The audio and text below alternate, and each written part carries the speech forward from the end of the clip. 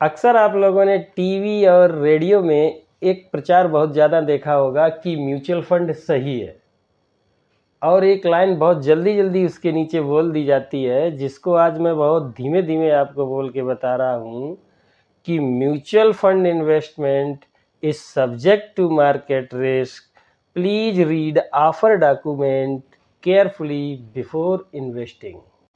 अब इस लाइन में बताया जा रहा है कि mutual funds are subject to market risk, यानी कि म्यूचुअल फंड का निवेश मार्केट के रिस्क के उतार चढ़ाव से संबंधित है। अगर शेयर बाजार ऊपर जाएगा तो आपका म्यूचुअल फंड भी ऊपर जाएगा, अगर शेयर बाजार नीचे आएगा तो आपका म्यूचुअल फंड भी नीचे आएगा, यानी कि किसी भी प्रकार के फिक्स रिटर्न की कोई गारंटी नहीं है। तो फिर म्यूचुअल फंड सही कैसे है? अगर आप म्यूचुअल फंड को सही प्रकार से समझना चाहते हैं तो बने रहें इस वीडियो में अंत तक मेरे साथ। मैं हूं अनिल राठौर और आप देख रहे हैं पाब्लो द ट्रेडर। अगर आप इनका ऑफर डॉक्यूमेंट केयरफुली पढ़ेंगे, जैसा कि ये अपनी टैगलाइन में बोलते हैं, तो आप पाएंगे कि म्यूचुअल फंड में जो पैसा इन्वेस्टर के थ्रू या एसआईपी के द्वारा आता है, उस पैसे का 100% ये इन्वेस्ट ही नहीं करते हैं। कई सारे म्यूचुअल फंड 90% इन्वेस्ट करते हैं और 10% कैश कंपोनेंट में रखते हैं, और जो लिक्विड फंड होते हैं वो 20% कैश कंपोनेंट रखते हैं, 80% इन्वेस्ट करते हैं, क्योंकि लिक्विड फंड में लोग फ्रीक्वेंटली अपना पे आउट पे इन करते रहते हैं।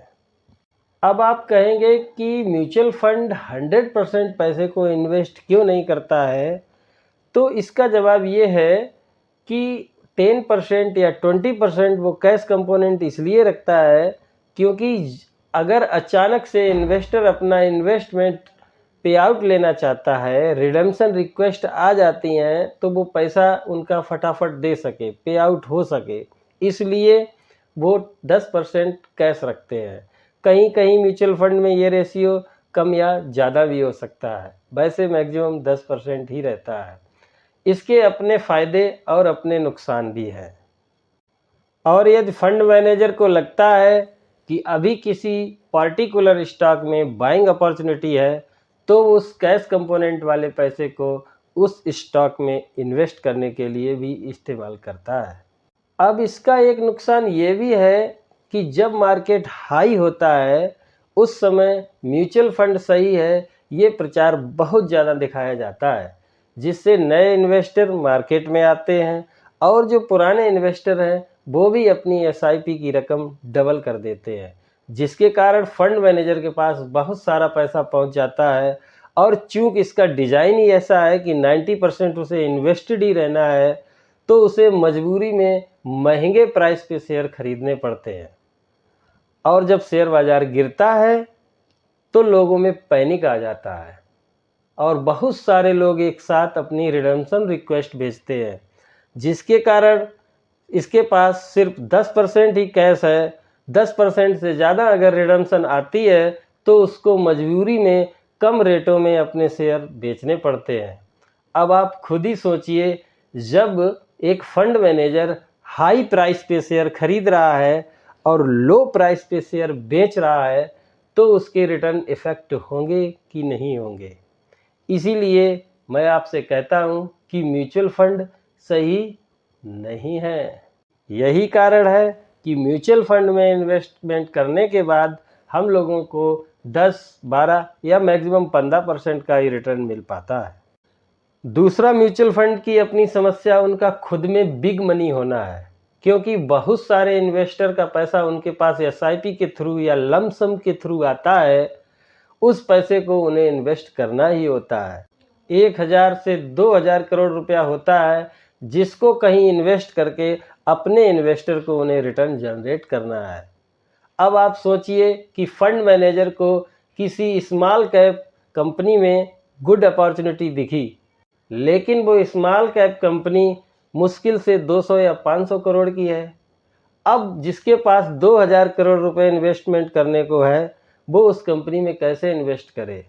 अगर वो उस कंपनी में 100 करोड़ इन्वेस्ट कर भी देता है तो उसके पास उस कंपनी का 50% स्टेक आ जाएगा।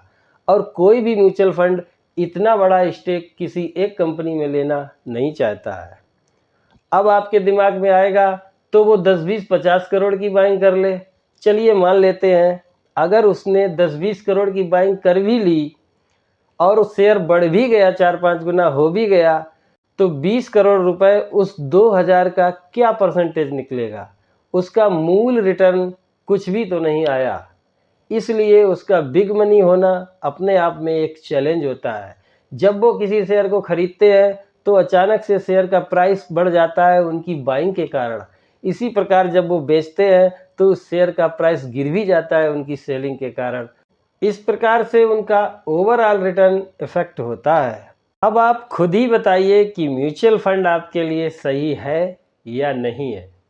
बाय डिजाइन म्यूचुअल फंड को बनाया ही ऐसा गया है कि आप ज़्यादा रिटर्न नहीं कमा सकते हो। इस प्रकार की लिमिटेशन स्मॉल इन्वेस्टर के सामने नहीं है।